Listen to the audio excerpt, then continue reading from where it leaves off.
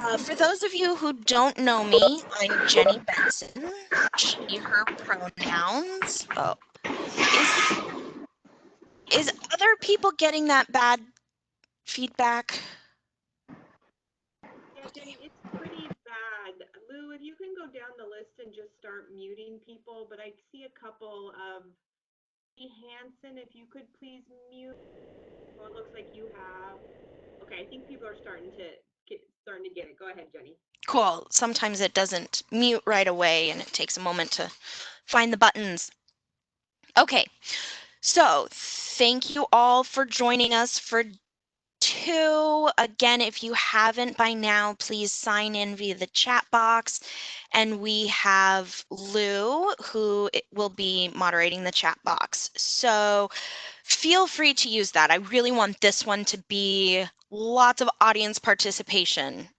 Oh my gosh, Dylan, you're speaking to my heart with macrame. I love that. Okay, so again, thank you all for joining us here today. I want to talk a little bit about self-care and burnout. And I'm really hoping that this is kind of a train the trainer and will give you some skills to take back to your members, in addition to giving you some personal skills. So before we dive in, I want to start us off with a grounding exercise. And these are really great to help us refocus in times of high stress or crisis. So take a deep breath and look around yourself and say out loud, again, please have yourself muted. I don't want to hear 20 different people talking about what they see, but say out loud 5 things that you can see. For me, I see my computer, my hands, a post-it note message from my kiddo, and the rim of my glasses. Now, after another breath, name 4 things that you can touch. Maybe it's the mouse in your hand or the carpet beneath your bare feet, since many of us are at home. What else do you physically feel or touch? And next is hearing. What are 3 things that you can hear right now? All right, and another deep breath. What are 2 things you can smell or taste? And finally, another deep breath and say out loud one positive thing about yourself. What is something that you really enjoy about yourself? Okay, thank you so much for walking through that with me. So now, what are some of the things we're going to cover today? We're going to talk about an overview of burnout and then really dig into self-care. We'll talk about different domains of self-care and how to create a self-care plan. And then finally, we hope to bring home how this can impact you as a supervisor and your AmeriCorps members. So let's dig in. What is burnout? Burnout is defined as a state of emotional, mental, and often physical exhaustion that also involves a sense of reduced accomplishment and loss of personal identity brought on by prolonged or repeated stress. When the term was initially coined and studied, it was professional burnout in people working in quote unquote helping professions. And while we now know that burnout can happen in any line of work and also extends to personal things such as parenting, relationships, caretaking, it's really telling that the concept of burnout is rooted in kind of that dark side of helping others. Workers in social services and education worlds often experience several components of burnout that include compassion fatigue, which comes from chronic use of empathy. So it's basically carrying too much for too long until you're too tired. Vicarious trauma is the effect of hearing trauma from clients, especially if the worker slash service member has a personal connection to that specific type of trauma or incident. And for the most part, the service that your members do is really based around relationships. And in order to support a service beneficiary to a meaningful outcome, AmeriCorps members must cultivate trusting, supportive relationships with those beneficiaries. And these relationships, while providing the catalyst needed to support the intervention, can also take a really heavy toll on members if they don't develop the right skill set. So before we dive a little bit deeper into this, I want to start by making this presentation a little bit more personal and really a lot of participation from you in this chat box. You all have contact with members in your programs, and most have worked directly with the service beneficiaries yourselves. So put in the chat box what factors, activities, or stressors in your programs put your members at risk for burnout.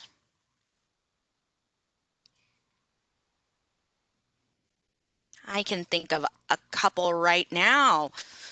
Handling client and family friend issues at the same time. Definitely. I think one that we all know is pretty front and center are finances from living on a stipend. Oh, somebody else developing relationships with students and they hear about trauma. Definitely. Data collection and accountability. Working with opportunity youth with behavioral and educational challenges, behavior issues with students. Oh, being away from home, especially if it's a relocating member. Oh, this is a good one from VetCorps. Mainly veterans serving veterans, so only one step removed from issues they are seeking to support or solve. Yeah, see, there's a lot of things going on for our members. And that's under normal times, right? Put this in the backdrop of service during this particular time. That's a lot of stress on our members. So while, ooh, is there a question from somebody? Okay. So why should we be worried about burnout? Well, so think about it this way. The AmeriCorps program is at its core a leadership development program. We want our members to learn skills to help them excel, both personally and professionally. So whether they go into nonprofit administration, teaching, social work, or really any other career path, because let's face it, work in our society is stressful. Life in our society is stressful. So managing stress is going to be a very necessary skill for all of our members, really all of us to cultivate. And burnout can lead to loss of empathy and loss of capacity for the member, which on the shorter term during their term of service, that can lead to less effective interventions for our service beneficiaries. Now, what does burnout look like? This is a list of just some of the signs and symptoms of burnout. And one I really want to talk about is the difficulty in separating work slash service from personal time, because you should be able to leave work at work and be able to be present in your personal time. And with so many people teleserving or working from home, this is becoming increasingly an issue, how to keep the two separate. And I also want to mention that there are some physical symptoms of burnout and stress that can be pretty big as well. So don't underestimate the impacts of chronic stress on our bodies. And I say that because stress leads to burnout, and burnout can cause more stress, which then causes burnout. So it's a really vicious cycle, and stress and burnout play into each other really importantly.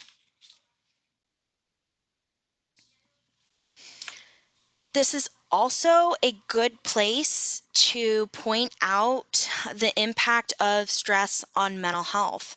And I bring this up because more and more we are hearing about instances of this coming up as a concern for AmeriCorps members and AmeriCorps programs. There is also a physiological impact of stress on our brains. Our bodies are really amazing and they're designed to keep us alive. Um, so they respond to stress with huge rushes of hormones. And the problem is that our bodies, it doesn't matter if the stress is that bear chasing us or a jerk work or a service that we have to interact with. Our bodies can't tell the difference and they still react to the same stress, the same or to stress the same way, regardless of what the stressor is. And continuous stress does alter our brain chemistry.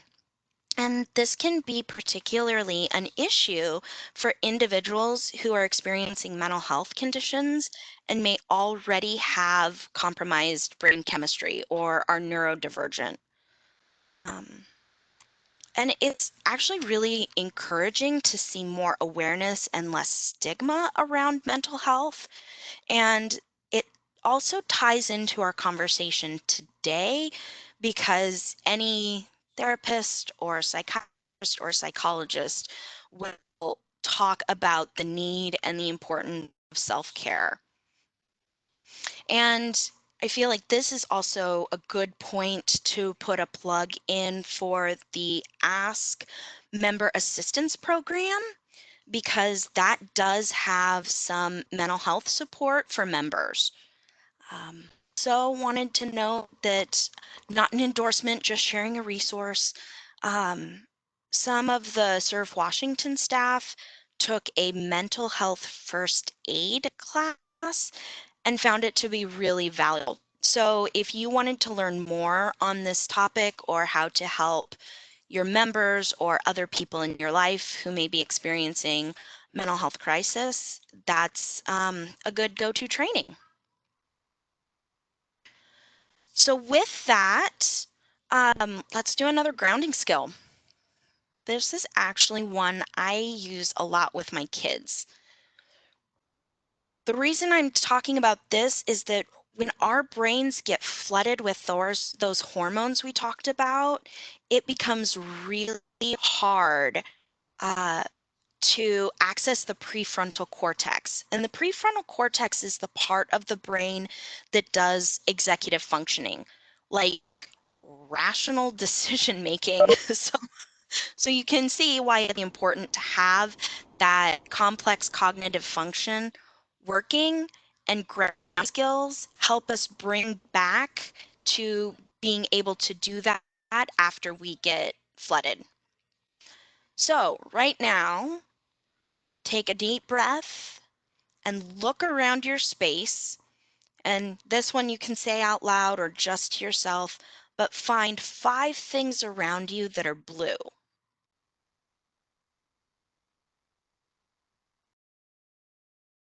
Okay, now find 5 things that are green.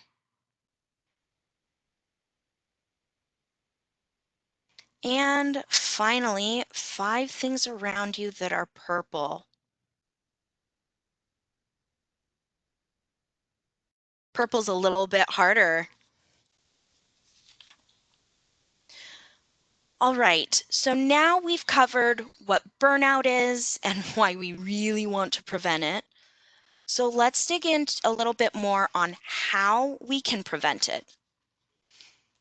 The biggest way to become more resilient and proactive in preventing burnout and treating it when it does happen is through self-care.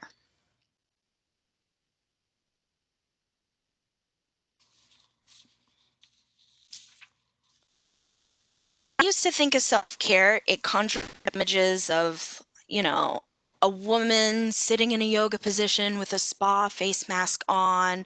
And it can include that. But as I had to learn more about self-care for my own health, I discovered that self-care is really a lot more than that. There are many ways to structure self-care. Uh, these are the domains of self-care that I like to focus on. There are some practitioners and schools of thought that arrange self-care the domains a little bit differently. But for me, this is the breakdown that makes the most sense in the context of our modern world. Um, this breakdown is also not so overwhelming to people who are looking at self-care for the first time or who need more structure to their self-care plan.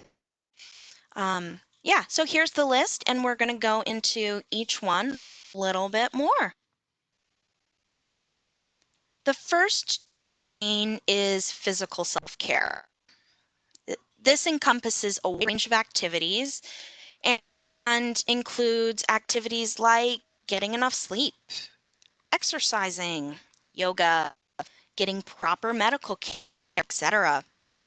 Basically, it's taking care of your body.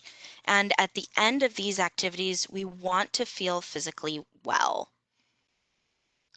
Okay, so this is where I want a lot of audience participation again. Use the chat box to share what ways you get physical self-care activities in. And while you're thinking and typing, I want to note two things. Number one is about physical activity.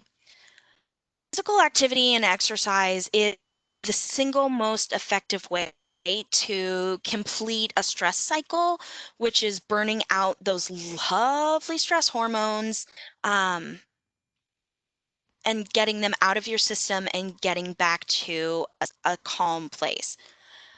However, exercise is not for everyone, and people experiencing disabilities or mobility challenges often get frustrated when told to just move your body more, get exercise. And there are so many other ways to complete the stress cycle, and there's also other ways that physical self-care can look. Second, I want to talk a bit about sleep. Inadequate sleep, like it literally impairs your brain. Functions like memory, attention, decision making, and logical reasoning all is impaired. Don't get enough sleep. And so often, sleep is one of those things that gets too easily sacrificed when we get busy. I always think about sleep as reboot computer, right? Sometimes you just need to turn the computer off in order for it to work better.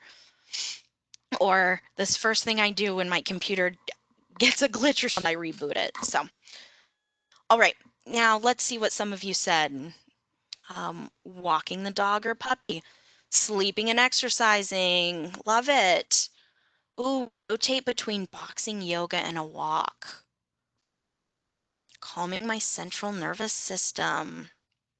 Ooh, routine. I like routine. Shooting free throws. Those are good. I like these. I'm going to have to make sure to save the chat feature and take note of all those. The next domain is emotional self-care.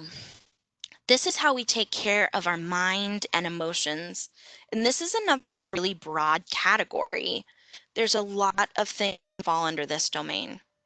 So think about this one as activities we do that feel like the emotional equivalent of drinking a cup of coffee while curled up in a fluffy blanket on a cold day. Activities that nurture our emotions and soothe our soul. They're the activities that keep our intellect engaged. And it's also like to process emotions and thoughts running around in our head. So Next question for you. Guess what? How are you doing emotional and psychological self-care? This is also the domain where we do what we need to keep our mental health in a good, positive state. So seeing a counselor or taking medications to help adjust that brain chemistry falls into this.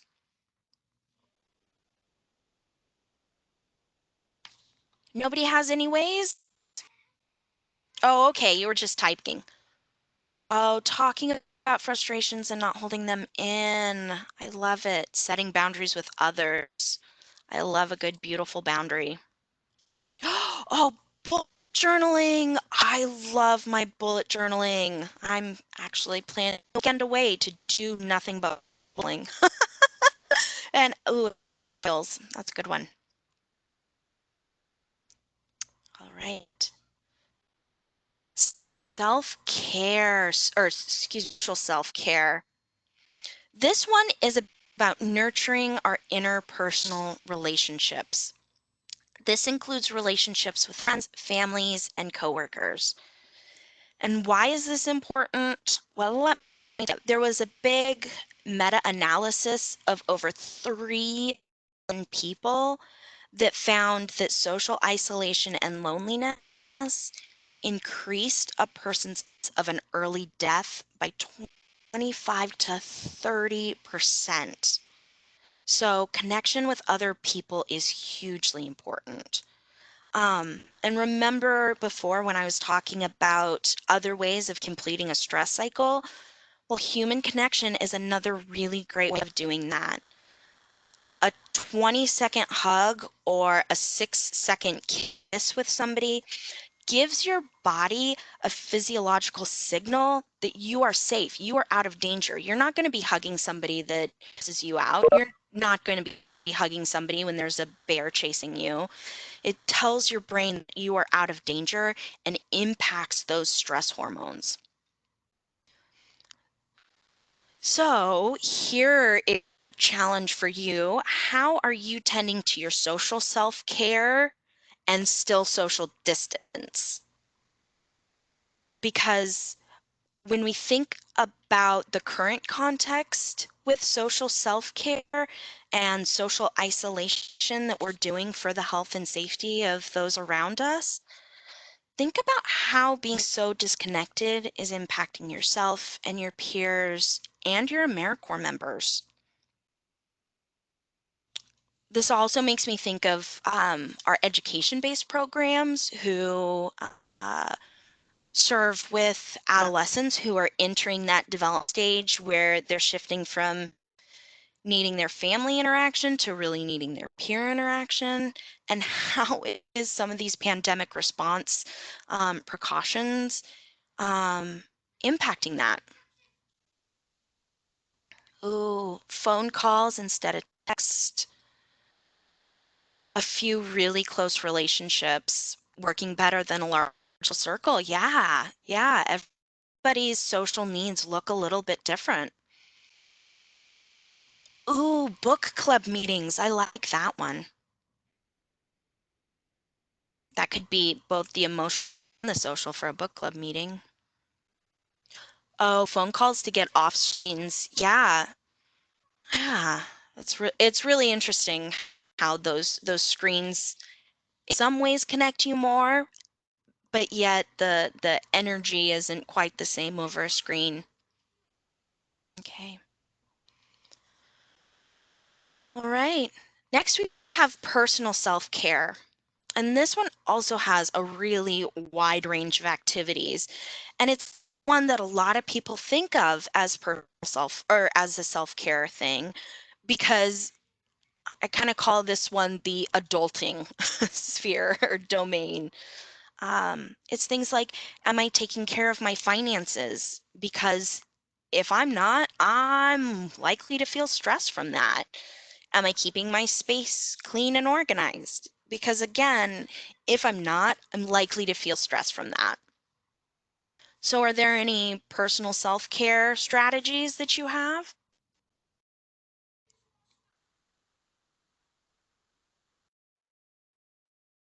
Ooh, there was a comment. Somebody sent out postcards to people in the community just to say hi with their team. I love that. All right. So think about it. How have you adulted today? Oh, somebody said doing one productive thing each day. I love it. Vacuum. Yeah, that's a good.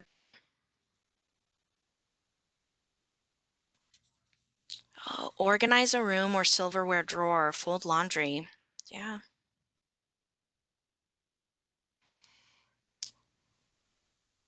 Always doing dishes immediately, staying on top of cleaning.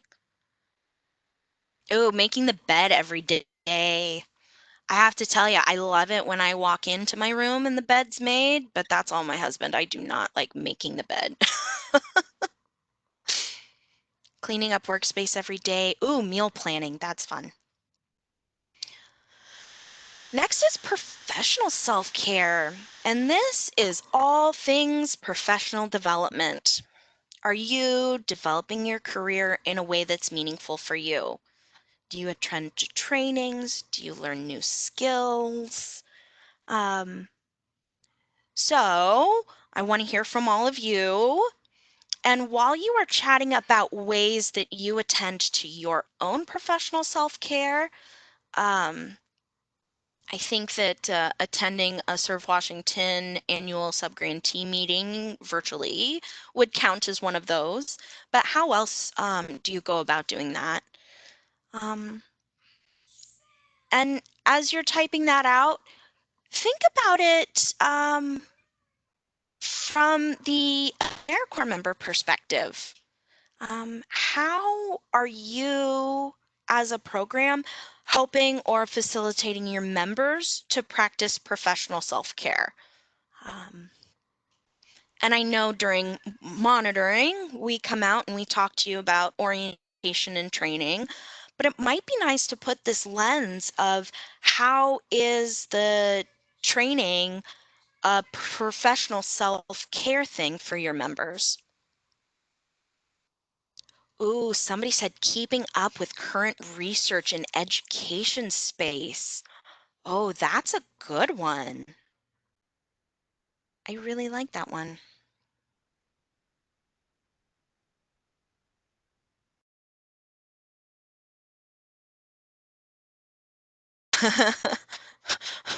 Robin says she's terrible at this and apologies to subgrantees that are on the receiving end.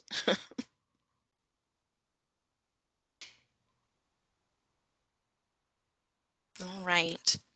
So keep thinking about this one. And next, we're going to move on to spiritual self-care. Oh, I'm sorry, I just got distracted by the chat box. Alternating entertaining books with learning books. I really like that one. I do like that one. That's important and it can help hit multiple domains. Okay, so sorry, there's such good chat. Uh, Finally, we're talking about spiritual self-care.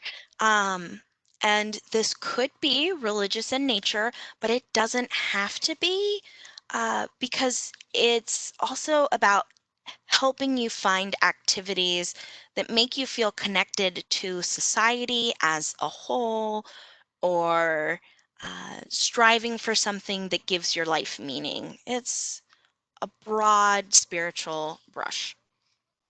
Um, so, any good examples of how you practice spiritual self-care?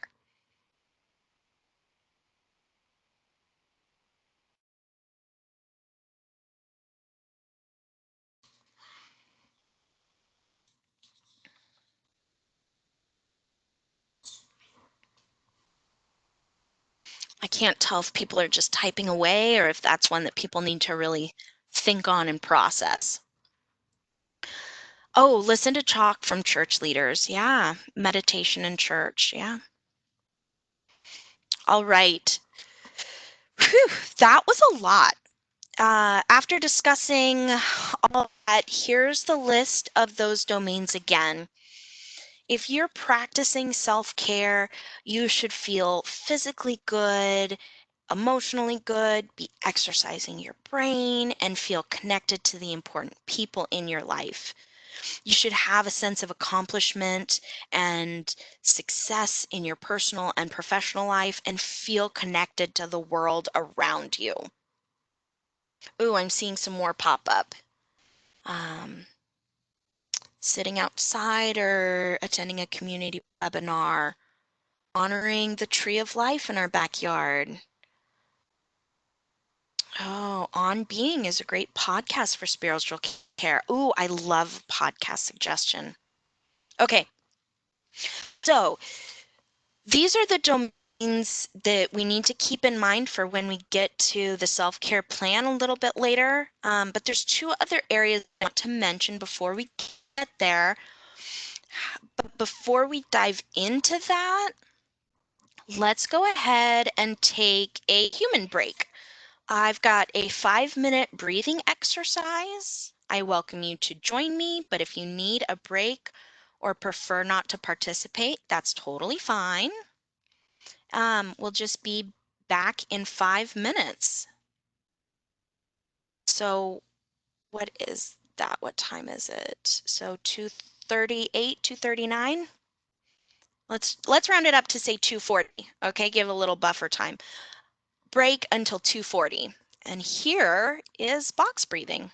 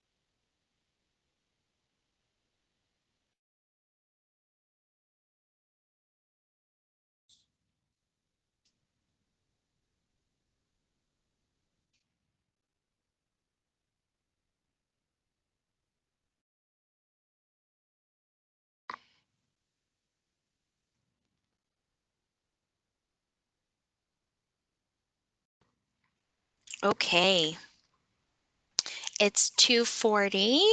Um, I thought I remembered that one having some music, so um, I hope that silence was a comfortable one for everybody.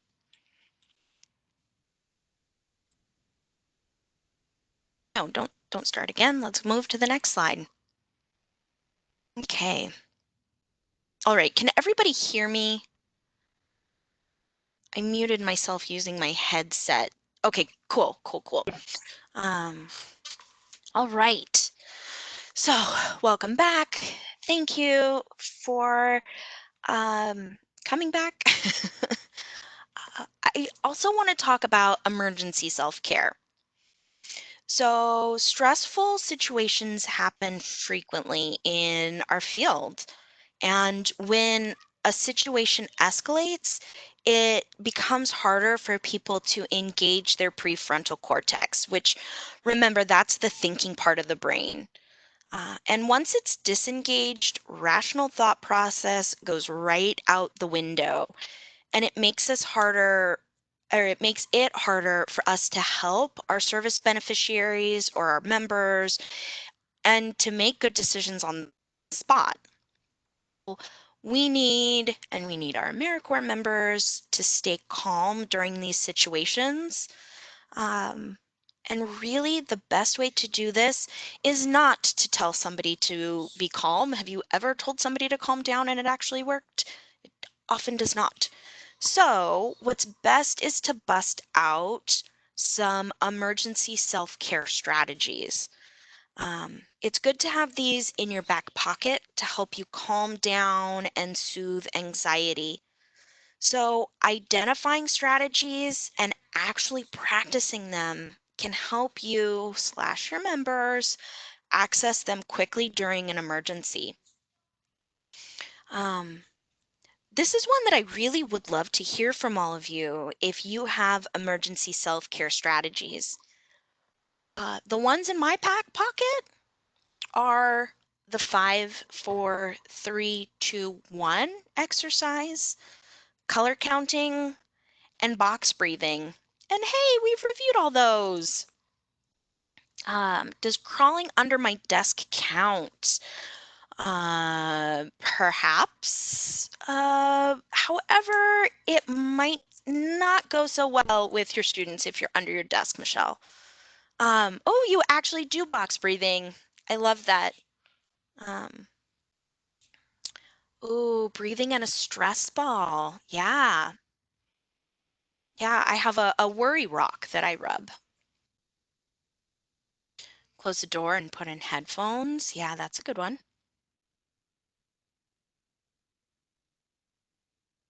There's lots of good breathing techniques. Some of the things we do with my kiddos is I ask my 6-year-old to pretend like the big bad wolf and huff, puff, and blow a house down, or smell the soup and blow on the soup to cool it down. So there's lots of different breathing because again, breathing is a way to recenter some things.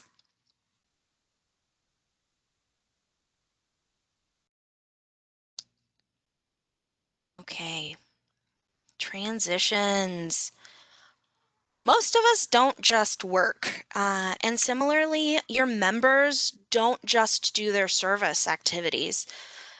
Sometimes they do service and then go to a job after their service, or maybe they go to their service after attending college classes, or go home to their families, or their dog, or their cat, or their personal life.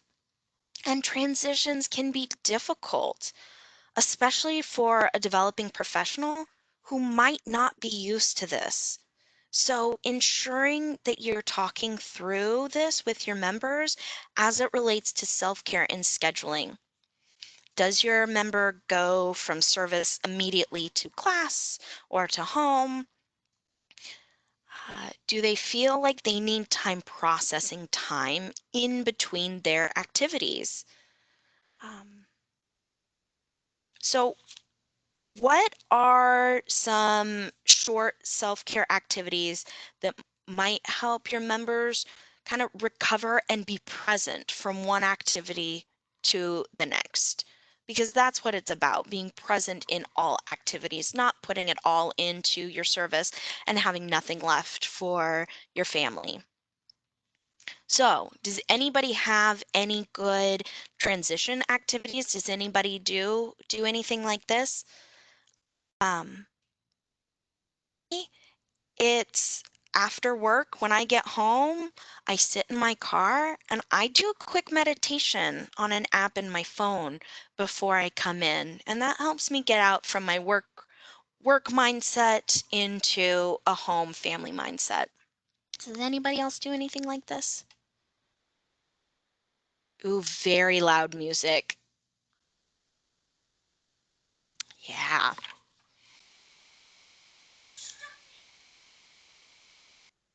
Ditto Robin. Listen to audiobooks. I do love the audiobooks. Yeah. So just really be thinking about how important that is to just take a break and reset your mind frame. Taking a longer scenic drive. Pause and start thinking about what is next and don't let myself think about what's left behind. It doesn't take long before your brain automatically does that. I love it. Oh, turn my kitchen table from an office back into a kitchen table. Yeah, and never thought I'd miss the commute as a way to decompress in between. It goes back to what I was mentioning earlier about a big thing around burnout is not being able to separate work from personal. And that's a huge, huge challenge for us right now. A lot of us are at home. A lot of us are at home trying to work and parent and teach all at the same time in the same space. So kind of important to figure out how to build in some of that self-care time, especially to make that transition really clear cut from when you're working at your kitchen table or have your kitchen table back. Okay, everyone should have a self-care plan. In case you didn't pick up on this yet, I feel strongly that everyone needs a self-care plan. And we're always more likely to do things when we write them down. One, because it provides a level of accountability when you have it written. And two, it's really helpful if you get so flooded that you can't remember your self care go tos. It's helpful to have them written down. Um, and a maintenance self care plan should just be standard, whether we're feeling stressed out or not. Just as you might take a vitamin or a medication daily to maintain your physical health, you should also regularly attend to the other areas of self care on a daily basis. Um, an analogy I think a lot about around this is after a surgery I had, I remember my doctor telling me I needed to stay on top of my pain levels because it's harder and takes actually more medication to get the pain back under control than if I had just maintained a solid, manageable pain level. A few notes that I want to put on this. There's a fine balance between being effective and being overwhelming. So, a plan with a few activities in each domain might be effective, but an entire color coded binder with strict daily timelines might be overwhelming unless that's your thing. I have both. I've got the big binder, but then I have a cheat sheet on my wall and in my bullet journal of what my go-to self-care things are. The point is to make this work for you in whatever way, whatever format is best for you. The second thing I want to point out is about martyrdom. Martyrdom is not necessary, and you really don't want to get me started down the big rabbit hole of how our society sends us messages in so many ways that martyrdom is expected of us. Working or serving ourselves into burnout will not help anyone, least of all our beneficiaries or our members. Self-care is how we increase our capacity and competency when working with our members and clients. It's also how we can have the both of best worlds. The best of both worlds. Did I say that right? A satisfying and meaningful career slash service experience and a satisfying and meaningful personal life as well. But Jenny, how do I create a self-care plan? I hear you ask. Luckily, we have a template just for you to do that. I want to give credit to the One Star Foundation or One Star, which is the Texas Commission. We borrowed this from them. And it's going to be posted with the PowerPoint presentation and the recording from all of the trainings over the last 2 days on our subgrantee resource page on our website. So if you like this, you'll be able to access this template there. I like this one because it lists out each of the domains and you can write in multiple ways for you to do something in each of these domains. And you'll notice that some things might fit into multiple domains. So, for example, yoga is a physical activity, but can also spiritually or emotionally fulfilling as well. It's okay if the same activity is in multiple categories.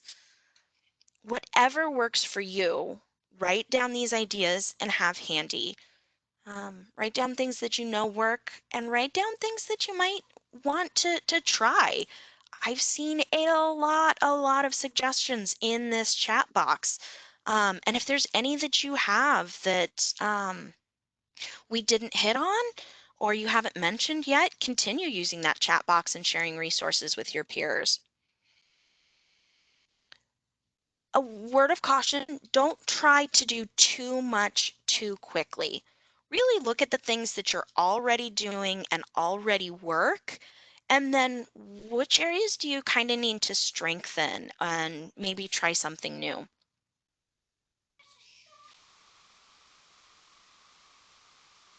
Okay, we should be training our members and doing this ourselves to have a check-in with ourselves. Adults don't always stop and think about how or what they're feeling, and we really should.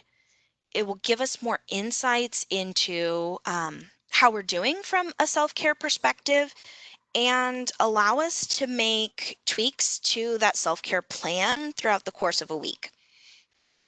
So ask yourself these questions and teach your AmeriCorps members to ask themselves these questions. What am I physically feeling right now? What emotions am I feeling right now? What is one thing I can't stop thinking about today?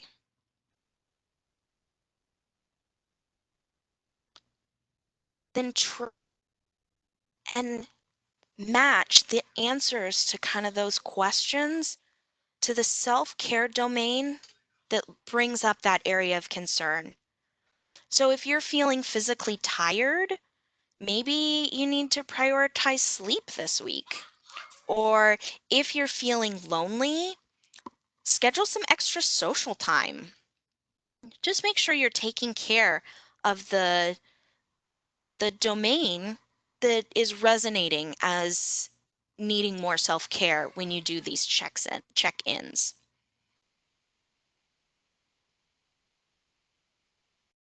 Right. Using self-care in supervisions or supervision. That's not plural. So let's say you've already worked with your AmeriCorps members and they have created a self-care plan. How can you, as a program director, support them in this? The best way is to talk about this directly, maybe during a one-on-one supervision meeting, or if you have regular team meetings, maybe discuss this as a group. Um, if you're one of our larger programs who doesn't have contact maybe with the members very frequently, maybe you could send out self-care reminders in a newsletter or an email, or work to figure out how you might support your partner sites to coach members around self-care. And also remember that this is not a one and done thing. So talk about it often. Um, and also, as you're having some of these conversations, if you're able to have one on one conversations with members, help them identify their own symptoms or tells of stress, really help them later on. So, the tone of your voice sounds a little stressed right now. Do you hear it? That self-awareness that question and similar questions helps with, that self-awareness will then lead to reflecting better about which of those self-care domains needs attention, and a good way to be proactive in getting your self-care needs met.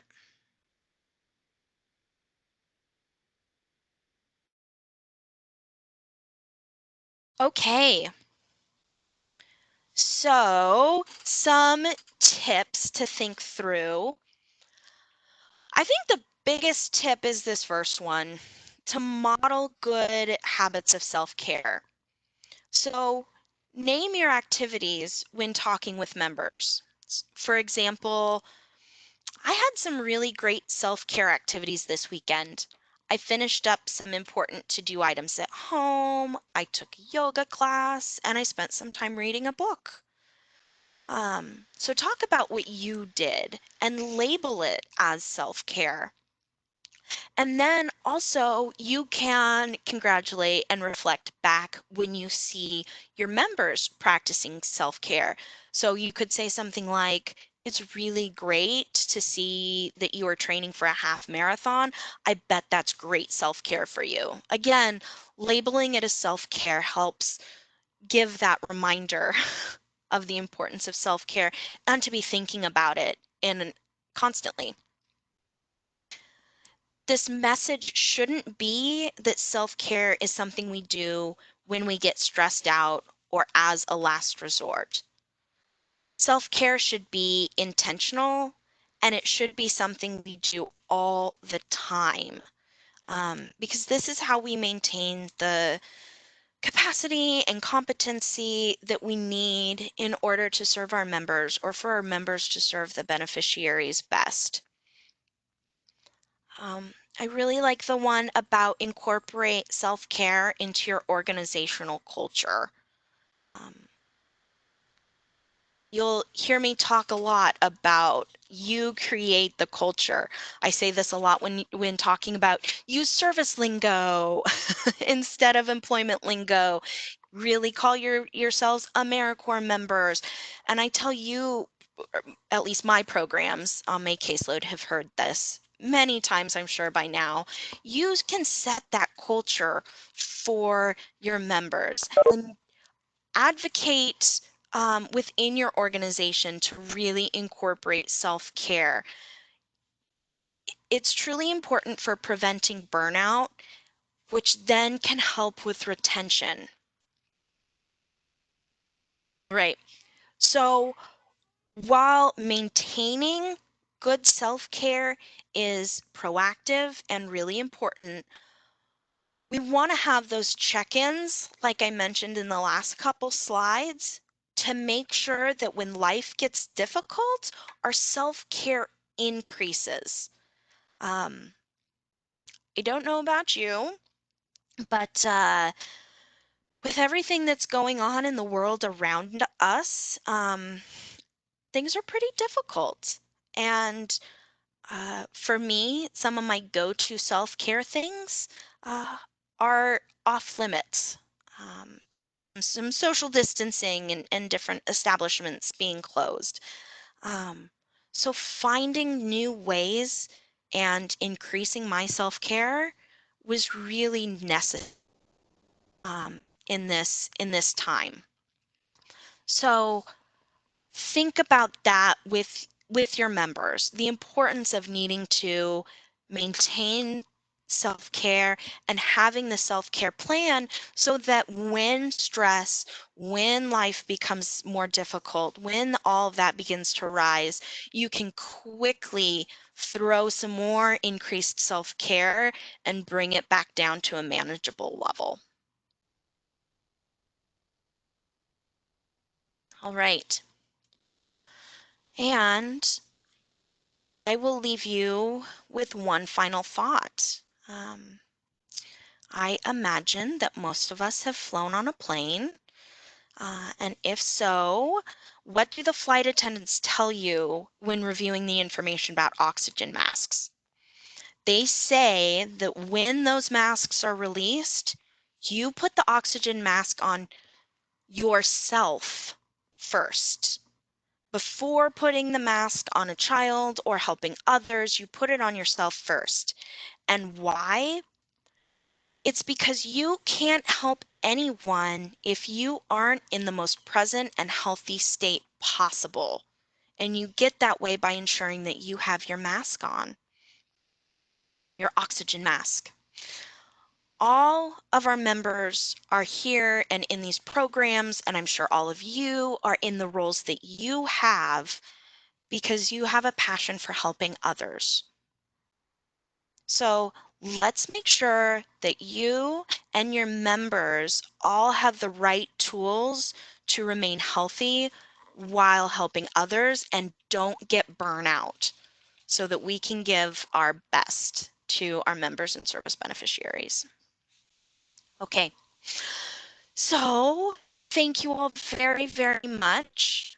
I hope this was helpful for you in your very stressful roles and in a very stressful time. I also hope that it gave you some good, tangible skills and tools that might be of a benefit to you, but also something that you might be able to take back to your members as well and help them out. So that's all I have. If anybody has questions or any, like I said, any other self-care activities or resources that you want to share with your peers, um, go ahead and share it in the chat box.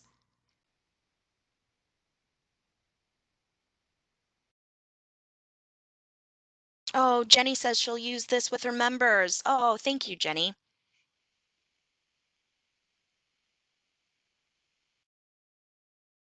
Awesome. Thank you. Okay. And with that, we're ending a little bit early. You can have some of your day back.